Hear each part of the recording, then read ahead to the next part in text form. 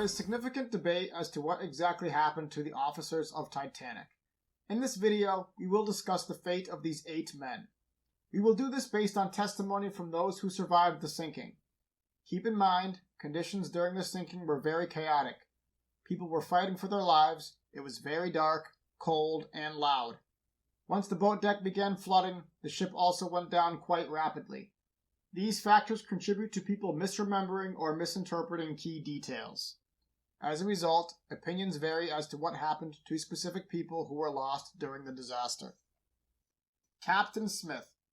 Per Archibald Gracie, Harold Bride, and other survivors on capsized collapsible B. At approximately 2:14 a.m., he jumped overboard from the bridge as it flooded without a lifebelt on.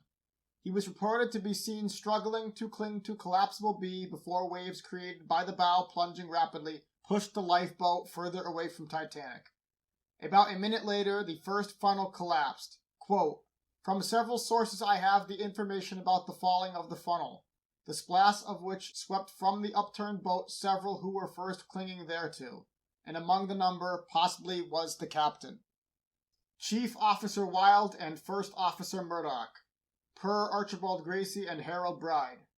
Both were drowned while trying to launch collapsible A at 2:15 a.m. Quote, Clinch Smith and I got away from this point just before the water reached it and drowned Chief Officer Wilde and First Officer Murdoch, and others who were not successful in effecting a lodgment on the boat as it was swept off the deck."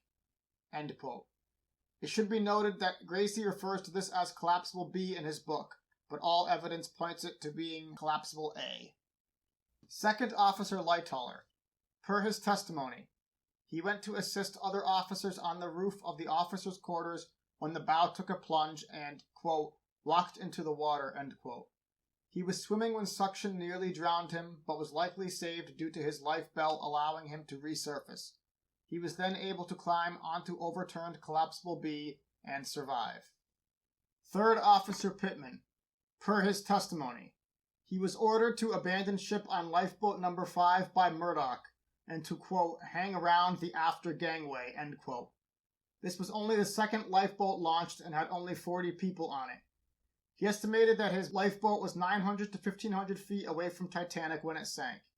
He claims to have ordered his lifeboat to go back to Titanic after it sank, but everyone in his boat said it was a mad idea and refused. Fourth Officer Boxhall.